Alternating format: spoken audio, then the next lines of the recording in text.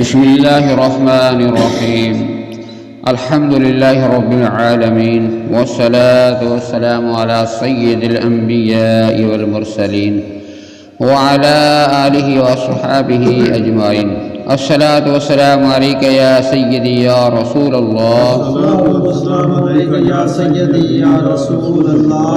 الصلاة والسلام عليك يا سيدي يا حبيب الله. الصلاة والسلام عليك يا سيدي يا حبيب الله. الصلاة والسلام عليك يا سيدي يا نبي الله. الصلاة والسلام عليك يا سيدي يا نبي الله. وعلى آلك وصحابك يا سيدي يا نور الله. آلك وصحابك يا سيدي يا نور الله. نويت سنة الاعتقاد لله تعالی. حضور نبی کریم رؤوف الرحیم صلی اللہ تعالی علیہ وآلہ وسلم کا فرمان عالی شان ہے. آپ فرماتے ہیں، مجھ پر درود پاک پڑھنے والے کو اللہ رب العالمین پل صراط پر عظیم شان نور عطا فرمائے گا، سبحان اللہ سبحان اللہ. اور اللہ رب العالمین جس کو بھی نور عطا فرمائے گا وہ اہل جنت والوں میں سے ہوگا. سبحان اللہ. تو کتنی بڑی سعادت ہے درود پاک کی. تو ہمیں ضرور درود و سلام پڑھتے ہی رہنا چاہیے. اصول و برکت ایک دفعہ درود شریف پڑھ لیجیے. اللہم صلی علی سیدنا و مولانا محمد وعلی آل سیدنا محمد مبارک وسلم صلی علیہ.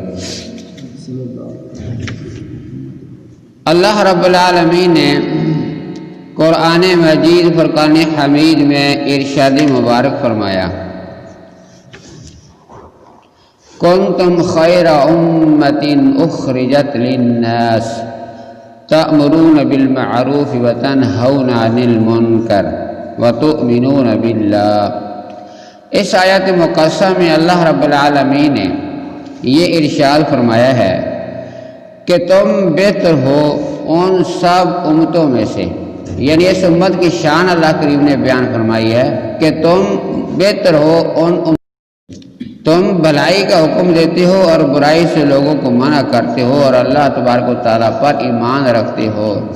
تو اللہ رب العالمین نے یہ خوبی بیان فرمائی ہے کہ اس امت کے اندر یہ خوبی ہے کہ یہ لوگوں کو برائی سے بچاتے ہیں، نیکی کا راستہ دکھاتے ہیں. نیکی کی طرف چلانا، برائی سے روکنا اس امت کی خاص صفت ہے. اللہ کریم نے یہ بیان فرمائی ہے.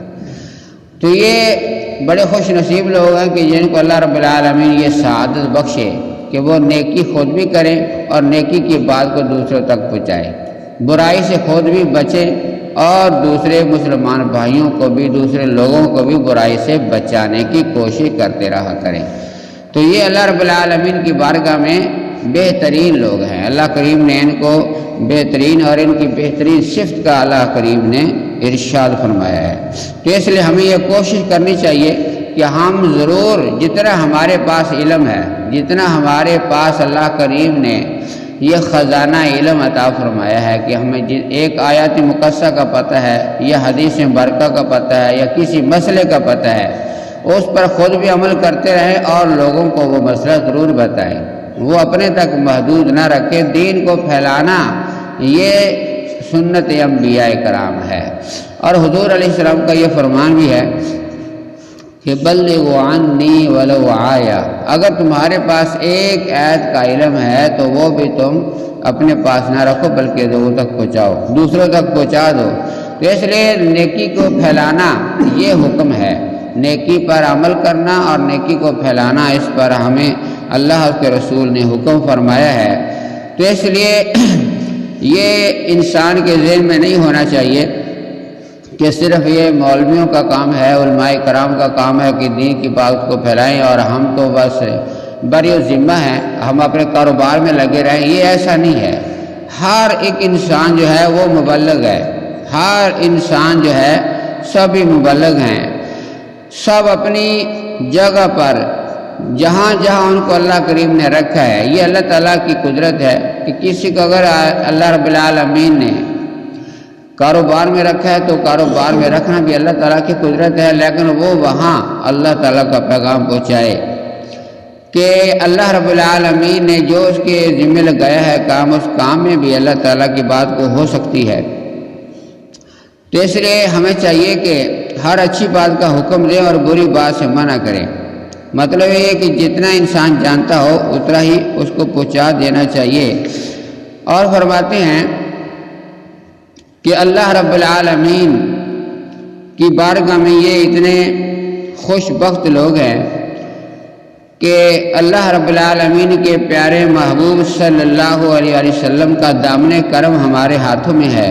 یقیناً ہمارے پیارے آقا سرکار دو عالم نبی کریم رؤوف الرحیم صلی اللہ علیہ وسلم تمام انبیاء علیہ السلام سے افضل ہیں، اور حضور علیہ السلام کے صدقے میں آپ صلی اللہ علیہ وسلم کی امت بھی تمام سابقہ امتوں سے افضل ہے۔ اور افضلیت کا سبب ہرگز یہ نہیں ہے کہ اس امت میں کثرت سے سرمایہ دار لوگ ہیں، یا یہ لوگ بہت زیادہ دنیاوی تعلیم حاصل کرنے والے ہیں، یا یہ لوگ جو ہیں ماہر ہیں، یا انجینئر ہیں، یا ڈاکٹر ہیں، یا نہ ان کی یہ فضیلت ہے کہ یہ جنگجو ہیں، یا بہادر ہیں، یا قوی ہیں۔ اس لیے افضل نہیں ہیں، نہایت ہی چلاک ہیں، یا زیرک ہیں، یا دوسرے کے ساتھ ہاتھ دکھانے میں بڑے ماہر ہیں، اس لیے بھی یہ فضیلت نہیں ہے۔ فضیلت صرف یہ ہے امر بالمعروف و نہی عن المنکر کی وجہ سے کہ یہ اہم کام اللہ تعالیٰ نے ان کے ذمہ لگایا ہے، اور یہ اس کام کو لے کر چل رہے ہیں کہ نیکی کی بات کو آگے بھی پہنچاتے ہیں، خود بھی عمل برائی سے روکا جائے، خود بھی رکتے ہیں، دوسروں کو بھی منع کرتے ہیں۔ تو یہ آپ اندازہ فرما لیجیے کہ جو لوگ یہ کام کر رہے ہیں ان کو ہم تو اپنی نظر میں اچھا نہیں سمجھتے، لیکن اللہ تعالیٰ کی نظر میں وہ اچھے لوگ ہیں۔ اللہ تعالیٰ کی نظر میں اچھے لوگ ہیں، ہماری نظر میں چاہے وہ کیسے بھی ہم ان کو شمار کرتے ہیں، لیکن اللہ تعالیٰ کی نظر میں وہ اچھے لوگ ہیں۔ تو اس لیے ہمیں کم از کم ان کی قدر کرنی چاہیے، ان کی عزت کرنی چاہیے، ان کا احترام کرنا چاہیے۔ فرماتے ہیں بزرگان دین کہ اللہ رب العالمین کے جو بندے ہیں مختلف جگہ پر جیسے جیسے وہ اللہ تعالیٰ کے پیغام کو پہنچا رہے ہیں، اس کا ثواب اور اس کا فائدہ کتنا ہے۔ حضرت موسیٰ علیہ السلام نے ایک دفعہ اللہ کریم کی بارگاہ میں عرض کیا کہ یا رب العالمین، یہ ارشاد فرما کہ جو تیری راہ کی طرف بلاتے ہیں لوگ، جو تیری راہ کی طرف لوگوں کو بلاتے ہیں کہ بے آؤ اللہ تعالیٰ کی بات کرو، نماز پڑھو، قرآن پڑھو، ذکر اذکار کرو، نیکی کے کام کرو، برائی سے روکتے ہیں کہ یہ بے حیائی نہ کرو، زنا کا یہی بے حیائی ہے، یا جو بھی برے کام ہیں ان سے روکتے ہیں، ان کا مولا کریم فائدہ کیا ہے، تیری بارگاہ میں ان کا مقام کیا ہے؟ یہ حضرت موسیٰ علیہ السلام نے اللہ کریم کی بارگاہ میں سوال کیا۔ اللہ رب العالمین نے پھر حضرت موسیٰ علیہ السلام کو یہ ارشاد فرمایا کہ اے پیارے موسیٰ علیہ السلام، جو میری بارگاہ کی طرف بلاتے ہیں ان کے بلانے میں جتنے لفظ استعمال ہوتے ہیں، ان کے بلانے میں جتنے الفاظ بیان کرتے ہیں، وہ طرح طرح کی باتیں یعنی کر کے مختلف طریقے سے کہ آدمی کو بتاتے ہیں کہ یہ نماز پڑھنا اچھی بات ہے، یا چوری کرنا یہ بری بات ہے، اس طرح یعنی باتوں کو بتاتے ہیں۔ تو اللہ رب العالمین نے فرمایا اسے نیکی کا حکم کرے اور برائی سے روکنے کی جزا اللہ کریم کی بارگاہ میں یہ ہے کہ ہر ایک بات پر، ہر ایک بات جتنی باتیں کرے گا، ہر ایک بات پر 1 سال کی بات کا ثواب ہے۔ ثواب دیکھ لیجئے۔ اور باتیں چاہے باتیں وہ اپنی پنجابی میں کیوں نہ کر رہے ہیں، باتیں چاہے پنجابی کی ہیں لیکن ہیں تو اللہ تعالیٰ کی طرف بلانے والی۔ تو اس لیے ہماری زبان پنجابی ہے یا ہم اردو بولتے ہیں، جیسے بھی یعنی کہ اللہ رب العالمین کے راستے میں انسان اپنی زبان استعمال کرتا ہے، لیکن ہر بات پر اللہ تعالیٰ نے فرمایا کہ 1 سال کی بات کا ثواب ہے۔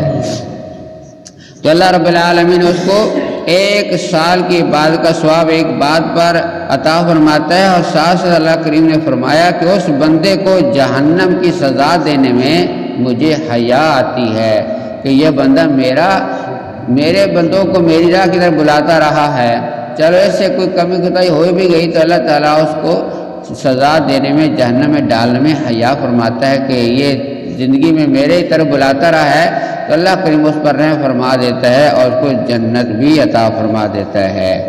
تو کتنی بڑی اللہ رب العالمین کی طرف سے کرم نوازی ہے کہ ایک تو باتوں کے اندر ہر بات پر سال سال کی بات کا ثواب ہے، دوسرا اللہ کریم اس پر اس وجہ سے رحم فرماتا ہے کہ یہ میری بارگاہ کی طرف بلاتا تو رہا ہے، لوگ آئے ہیں یا نہیں آئے ہیں، یہ تو قسمت کی بات ہے۔ نہیں تو حضرت نوح علیہ السلام نے تو 950 سال اللہ تعالیٰ کی طرف بلایا لوگوں کو، تو 90 بندے صرف آئے۔ تو یہ اللہ تعالیٰ نے دلوں کو پھیرنا ہوتا ہے، بندے کا کام تو یہ ہے کہ بندہ کوشش کرے، خود بھی نیکی کرے اور نیکی کو دوسروں تک پہنچائے، خود بھی برائی سے بچے اور دوسروں کو بھی بچائے۔ تو اس کے بارے میں آپ نے سماعت فرما لیا کہ افضلیت اس وجہ سے ہی ہے، اور یہ کام بہت اہم کام ہے۔ اس لیے جتنا بھی آپ کو پتہ ہے ایک مسئلے کا، ایک حدیث کا یا ایک قرآن پاک کی آیت کا، تو دوسروں تک پہنچاتے رہا کریں، خود بھی عمل کریں، اس کے اندر ہی کامیابی ہے، دنیا کی بھی اور آخرت کی بھی۔ دعا اللہ رب العالمین کی بارگاہ میں اللہ تعالی ہمیں عمل کرنے کی توفیق عطا فرمائے۔ افضل ذکر لا الہ الا اللہ